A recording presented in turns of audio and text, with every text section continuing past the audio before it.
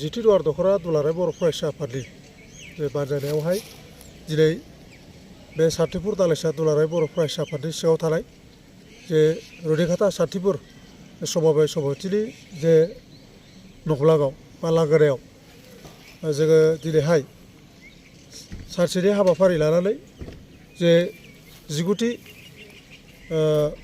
थान्दै जख'न्थाइ बे 19थि थान्दै जख'न्थाइखौ जोङो लानाय जादों।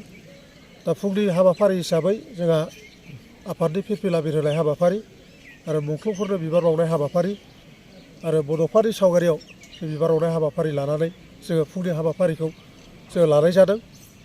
दा जोंहा 10 रिंगा जानाय लोगो लोगो जोङो थान्दै मेल जोङो लानाय जादों। बे थान्दै मेलाव जोंहा बेखेवगिरि आलासि महरै बाहागो लाफैगोन चिरां जिल्ला दुलाराय बर' फरायसा आफादनि बोसोरगिरि मानव गेदेर राजु कुमार मुसाहारि जोंहा आदाया बाहागो लाफैगोन आरो बेलासिनि 1 रिंगा जानाय लोगो लोगोनो जोंहा मोनसे आयदा लानानै जोङो ओनसोलनि सानसुमै मेलेमजिबिफोरजों रायजो राजाफोरजों मोनसे गेवलां सावरायनाय हाबाफारि लानाय जादों।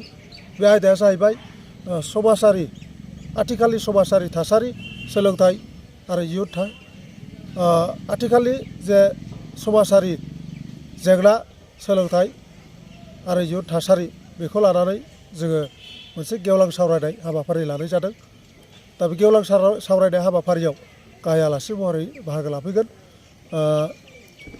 दुलाराय बर' फरायसा आफादनि मानव गेदेर गाहाय नेहाथारि करेन्द्र बसुमतारी बिथाङा बाहागो लाफैगोन आरो बिथाङा जोंजों बाहागो लाफैनानै जे आथिखालनि दुलाराय बर' फरायसा आफादनि नोजोर आरो थांखि बा खामानि मावबाय थानाय आथिखालनि जे बिटिआर जे एकर्ड इमप्लिमेन्टेसननि जे थासारि आरो सोलोंथाइनि थासारि समाजनि थासारि बायदि बायदि थासारिखौ गुवारै बिथाङा रायजो राजाफोरनो बा जोंनो बेखेवथिनानै होफैगोन।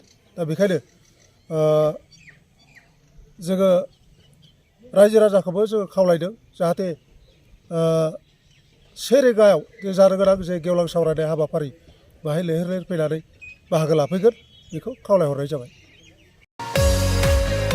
क'क्राझार सहरनि रायजो राजाफोरनि थाखाय गोजोनथाव खौरां। बिटिआरनि गाहाय राजथावनि क'क्राझार सहरनि जेडि र'डजों नांजाबनाय सुदेमपुरी गांजेमा बाजाराव थानाय आइ आफा मेड लाइफ बिएम हस्पिटालाव रोंगौथि गोनां डक्टर आरो नार्स स्टाफफोरनि गेजेरजों गथ'साफोरनि बेरामजों लोगोसे जायखिजाया बेरामिफोरनि थाखाय होगासिनो दं मोजां फाहामथाय।